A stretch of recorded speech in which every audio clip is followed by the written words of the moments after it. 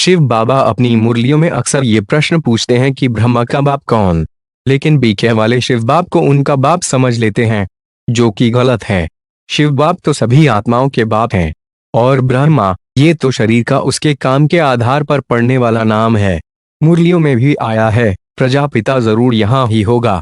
उनका अंतिम जन्म लेखराज है, वह तो प्रजापिता बन नहीं सकता। 21 अगस्त 1973 यज्ञ के आदि में जब ब्रह्मा बाबा को उनके साक्षात्कारों का रहस्य उनके 12 गुरुवार बनारस के विद्वान पंडित और आचार्य नहीं समझा पाए, तो उनके अपने ही भागीदार जो कि रिश्ते में उनके बहनोई थे, ने उनके साक्षात्कारों का रहस्य उन्हें समझाया। तब जाकर उन्हें निश्चय हुआ कि मैं ही सत्ययुग का बादशाह कृष्ण बच्चा बनने वाला हूँ, और मेरे द्वारा ही निकट भविष्य में ब्रह्मा का पाठ बजाया जाना है।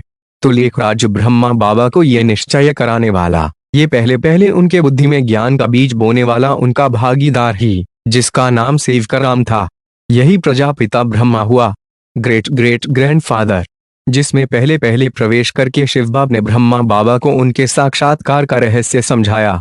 अल्फ को मिला अल्लाह, बे को बादशाही, सतयुग की मुरलियों में ये बात भी आई है कि साक्षात्कार का प्रवेशता से कोई संबंध नहीं है, और बाबा ने इस रथ को कलकत्ते से ढूंढा है, क्योंकि सन 1936 में ब्रह्मा बाबा की आयु 50 वर्ष थी, और शिव बाप तो वानप्रस्थ अवस्था वाले शरीर जिसकी आयु 60 वर्ष हो उसी में प्रवेश करते हैं। ओम मंडली की शुरुआत 1936 से हुई, लेकिन इस मंडली में पवित्रता पर उठे विवाद के चलते सेवकराम की 1942 में हत्या कर दी गई। लेखराज ब्रह्मा के तन का आधार लेकर 1946 से मुरलियां चलनी शुरू हुई, और फिर सन 1969 में लेखराज ब्रह्मा बाबा के अव्यक्त होने के बाद वही प्रजापिता ब्रह्मा सेवकराम की आत्मा यज्ञ में प्रवेश करती है, जिसका आधार लेकर शिव बाप 1976 से प्रत्यक्ष होते हैं।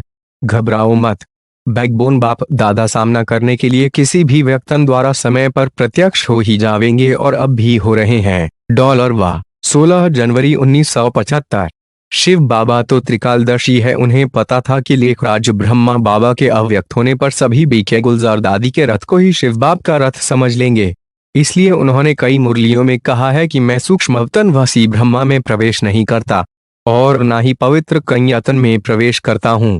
परंतु कुछ अंध भक्तों को बुरा लग सकता है, लेकिन ये सत्य है कि जगदीश भाई ने सत्य बाप को प्रत्यक्ष न होने देने के लिए मुरलियों को कितना तोड़ मरोड़ कर सभी जिज्ञासु के सामने प्रस्तुत किया।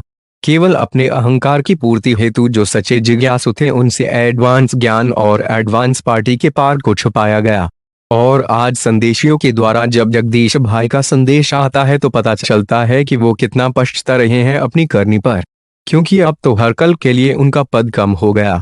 जब मैंने आज भी के डॉक्टर सुरेंद्र जी का मुरली 7 सितंबर 19 का मुरली मंथन सुना, तो मुझसे रहा नहीं गया।